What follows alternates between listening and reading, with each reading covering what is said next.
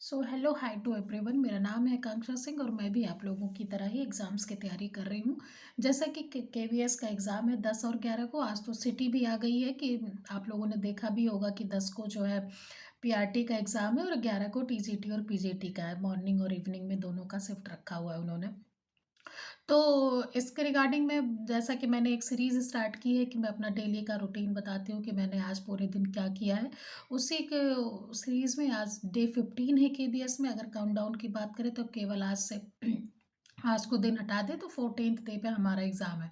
तो आज के डेट में ये था कि हमने ये डिसाइड किया था कि आज रेशियो और प्रोपोर्शन था मैथ्स में, और इंग्लिश में एडवर्ब था, और टेक्स्ट बुक से उसके कुछ चैप्टर वाइज़ क्वेश्चन भी थे, और लूसेंट का मैंने स्टैटिक जीके अभी मैं कर रही हूँ, मैं करंट अभी पढ़ नहीं रही हूँ। तो स्टैटिक में ये था कि fundamental rights, fundamental duties, DPSP करेंगे और अमेंडमेंट्स करेंगे। और थोड़ा-सा ये भी था कि हम जो स्टेट्स के फेस्टिवल्स होते हैं और जो 2 कंट्रीज़ के बीच में एक्सरसाइज़ होती है, हम उसको पढ़ेंगे, वो करंट का टॉपिक है। और ये था कि टेक्स्ट बुक से मैथ के क्वेश्चन लगाएँगे।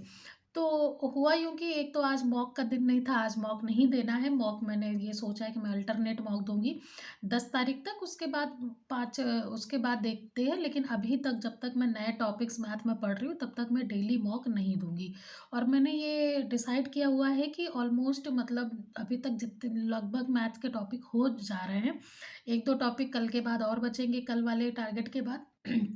तो कोशिश यही है कि 31 तक जितने भी मैथ्स के टॉपिक हैं वो सारे कंप्लीट हो जाएँ। बाकी और किसी भी सब्जेक्ट में नया नहीं पढ़ने की ज़रूरत है, एक्सेप्ट वो हमारा जो बचता है करंट का टॉपिक। करंट के लिए अभी मुझे बुक मिल नहीं पाई है, मेरे पास जो है मैं उससे तो थोड़ा बहुत करने की कोशिश करती हूँ। बट अभी मैं करंट पे फ़ोकस नहीं हूँ क्योंकि वो एक बहुत ब्रॉड टॉपिक है। आप उसमें जितना भी करना चाहोगे आपको ये लगेगा कि यही आएगा, और ऐसा कुछ है नहीं। कुछ सेलेक्टेड टॉपिक्स हैं, मैं आज आज तो नहीं हो पाएगा, कल मैं इस पर एक वीडियो बना के डाल दूँगी। तो दिन का रिव्यू ये रहा कि रेशियो और प्रोपोर्शन तो मेरा कंप्लीट हो गया और इस पे क्वेश्चन भी लग गए मेरे। इस पे क्वेश्चन भी हो गया है। प्राइस और कंजम्पशन भी एक टॉपिक ऐड किया था मैंने कि प्राइस और क्योंकि इसके टॉपिक्स जो है देखने को मिले थे। प्राइस और कंजम्पशन टॉपिक जो है हमारा परसेंटेज का टॉपिक है। तो ये था कि इसको मुझे करना है, और पता नहीं मतलब मैं भूल गई थी कि तो इसलिए शायद नहीं हो रहे थे कि एक्सपेंडिचर इक्वल टू प्राइस और कंजम्पशन होता है। तो इसका मेरा ये था कि मुझे करना है, तो आज मेरा ये प्राइस और कंजम्पशन का टॉपिक हो गया है।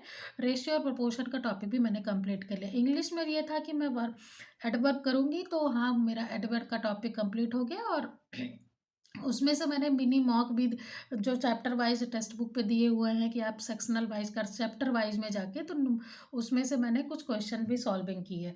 लूसेंट का भी जितना लिखा हुआ था वो हो गया था, और फेस्टिवल्स तो मैंने अभी आधे घंटे पहले पढ़े हैं क्योंकि मुझे ऐसा लगा कि यार ये तो टारगेट ही नहीं हो पा रहा है। तो और अब टाइम पता नहीं टाइम कहाँ लग मैं तो आप जब भी करते हो तो एक्सपेक्टेशन से थोड़ा ज़्यादा टाइम चला जाता है, तो शायद इसकी वजह से थोड़ा टाइम कम बचा। और मेरे और मैथ की थोड़ी मैंने टेक्स्ट बुक से सॉल्विंग भी की, क्योंकि ये होता है कि आपने कॉन्सेप्ट तो पढ़ लिया बट आपको क्वेश्चन भी लगाना है इसी इंटरवल में, तो क्वेश्चन लगाना ही ज़रूरी है।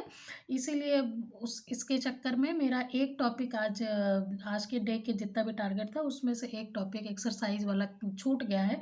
और मैं ये सोच रही हूँ कि उसको मैं जब मेरी स्पीडी मैंने अभी मंगाई है आ जाएगी तब मैं करूँगी, अदरवाइज़ जो मेरे पास बुक है उससे मैं करूँगी। लेकिन तो दिन का समय पी रहा है, और ओवरऑल अगर कहेंगे तो ठीक-ठाक ही था। ऐसा टाइम वेस्ट तो मैं नहीं बोलूँगी, टाइम वेस्ट तो नहीं हुआ। अब हम बात करते हैं इसकी कि मॉक देना डेली ज़रूरी क्यों नहीं है? मैंने कल 1-2 चीज़ों पे एक मेरे जो अभी तक 3 वीडियोज़ आए हैं लास्ट के दिन पे प्रिपरेशन वाले, उसमें लोगों के ये कमेंट्स रहते हैं कि मैंने मॉक दिया और मेरे इतने नंबर आए, अब मैं क्या करूँ? मुझे बहुत डर लग रहा है, मुझे बहुत प्रॉब्लम हो रही है। ऐसे ही आएँगे तो बात कैसे होगी? तो मैं आपसे बोलना चाहती हूँ कि भाई, जब भी कोई भी मॉक देता है तो उसका पहले मॉक में रिज़ल्ट अच्छा नहीं आता। मैंने भी अपना स्क्रीनशॉट लगाया हुआ है, आप मेरा पहला दिन का देखोगे तो उसमें अभी तक मैंने टेक्स्ट बुक का फुल मॉक 1 दिया है। इस उसके बाद जो मैंने प्रतीक शिवालिक सर के वीडियो का दिया था, बाद में मुझे उसके लिए मैं सॉरी, क्योंकि मुझे लगा कि ये बहुत इर्रेलेवेंट है, लेकिन फिर उनके ही स्टूडेंट्स ने मुझे बताया कि उनका चैप्टर वाइज़ मॉक है, कि मतलब सेक्शनल वाइज़ है कि आज इस टॉपिक पे एक मॉक, फिर इस टॉपिक पे एक मॉक, तो ऐसा वाला था। क्योंकि उसमें एक ही टॉपिक पे बहुत सारे क्वेश्चन है, तो ठीक है, वो मेरे अब मुझे वो बात समझ में आ गई। और दूसरा मॉक मैंने फुल दिया था, उसमें 300 में केवल 82 नंबर्स ही 182 नंबर्स ही मेरे आए थे। उसमें मुझसे कंप्यूटर में बहुत सारे क्वेश्चन गलत हो गए। तीसरा मॉक मैंने कल जो दिया वो जेएसए का पीवाईक्यू दिया था, वो मेरे लिए ठीक था। उससे मुझे ये आइडिया लग गया कि मुझे मैथ्स में कौन-कौन से टॉपिक आ रहे हैं और उनमें से मुझे किस पे बहुत ज़्यादा प्रॉब्लम हो रही है। कि जैसे ट्रेन वाले क्वेश्चन में जितना भी सॉल्विंग कर लेती हूँ, जब भी वो मेरे सामने आता है तो ऐसा नहीं होता कि मैं उसको वन गो में कर लूँ। मुझे फिर से आज मैंने फिर मुझे एक ट्रेन का क्वेश्चन मिला और फिर से, जबकि अगर आप मुझसे कॉन्सेप्ट बोलोगे, तो जितना मेरे टीचर कॉन्सेप्ट बताते हैं वो सारे मुझे आते हैं, लेकिन फिर भी नहीं होता। तो कहीं न कहीं क्वेश्चन सॉल्विंग की कमी है।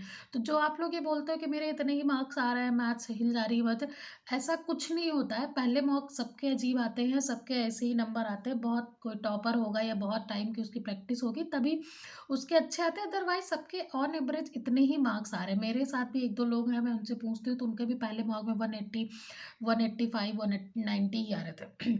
तो कहने का मतलब ये है कि रोज़ मॉक नहीं देना है। अगर आपने मॉक दिया और आप उससे बहुत डिसअपॉइंट हो गए कि अरे मेरे तो बहुत गलत नंबर आ रहे हैं, तो आपका सबसे बेस्ट तरीका ये है कि और ये हर कोई बताता है, जो सिलेक्टेड होते हैं वो भी, उन्होंने भी ब बताया मुझे। सब यही बोलते हैं, टीचर्स भी बोलते हैं कि आप जब मॉक दो तो मॉक देने का मतलब ये नहीं कि आपने क्वेश्चन अटेम्प्ट के पेपर जैसा करके आप उससे हट गए, नहीं। आप फिर से वापस आओ, जब आपका मॉक सबमिट हो जाए, आपने आंसर देख लिया, अब आप फिर से मॉक पे वापस आओ। और आप एक-एक क्वेश्चन को फिर से देखो। टेक्स्ट बुक पे सबसे अच्छी क्वालिटी ये लगती है मुझे कि उनका जो सॉल्यूशन होता है, नीचे सॉल्यूशन होता है, की पॉइंट्स होते हैं, एडिशनल पॉइंट्स होते हैं, तो आपको उससे बहुत सारी चीज़ें जानने को मिल जाती हैं।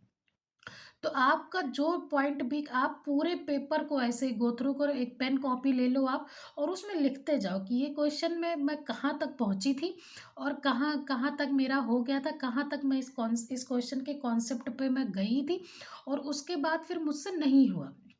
और अगर नहीं हुआ तो ऐसा कौन-सा पॉइंट था कि मैं नहीं सोच पाई। और अगर आपको लगता है कि आपने वो टेक्स्ट बुक में जो सॉल्यूशन था वो देख के आप सैटिस्फाई हो गए, आपको समझ में आ गया, अब आप आगे कर लोगे, तो आप आगे बढ़ जाओ। अगर नहीं है तो आप उस टॉपिक को पॉइंट आउट करके नोट कर लो। ऐसे करके आप पूरे जितने भी पढ़ते हैं उतने आप सारे कर लो।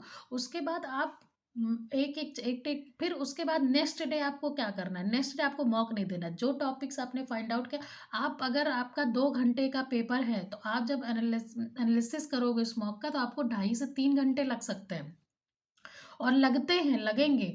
तो आपने ये काम कर लिया, आप नेक्स्ट डे फिर आप उन टॉपिक्स का टारगेट बना के आप उन टॉपिक्स को फिर से पढ़िए, कॉन्सेप्ट पढ़िए। जहाँ से भी जिस भी टीचर से आपने पढ़ा था उस वहाँ पे जाइए, उस कॉन्सेप्ट को फिर से पढ़िए। फिर उसके बाद आके 2-4 क्वेश्चन उस पे लगाइए। जब आप उस इतना कर लेंगे एक मॉक पे, इसको बोलते हैं एनालिसिस। अगर आप एक मॉक पे इतना कर लेंगे, तो जब आप नेक्स्ट मॉक देंगे तो आपको पक्का वो बेनिफिट होगा और आपको अच्छे मार्क्स आएँगे और आपको वो दिखेगा कि मैंने इतनी मेहनत वहाँ पे की थी। तो और ऐसा नहीं है, मेरे इंग्लिश में बहुत गलतियाँ होती थी क्योंकि मुझे इंग्लिश में कुछ ख़ास इंटरेस्ट भी नहीं है और मैंने कभी उसको बहुत अच्छे से पढ़ी नहीं है। मतलब आप बोलोगे तो 11-12 से लेके कभी मैंने उस पे ध्यान नहीं दी। लेकिन अभी जब मैं देख रही हूँ कि हर पेपर में आ रहा है तो मैं उसको कर रही हूँ। मैंने उसके ग्रामर में एटलीस्ट मुझे लगा पार्ट्स ऑफ स्पीच में जितनी चीज़ें होती हैं, टेंस होता है, एक्टिव पैसिव होता है, डायरेक्ट इनडायरेक्ट होता है, ये तो आना ही चाहिए लोगों को।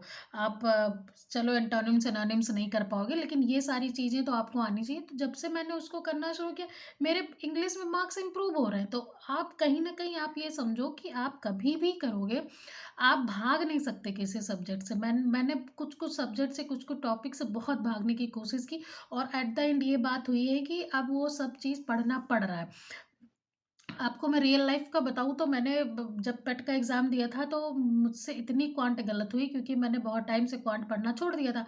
तो मैं उसी दिन मैं ये एग्ज़ाम हॉल में ये सोच लिया था कि अब मैं कभी भी वो पेपर नहीं दूँगी कि मैं जिसमें क्वांट आएगा।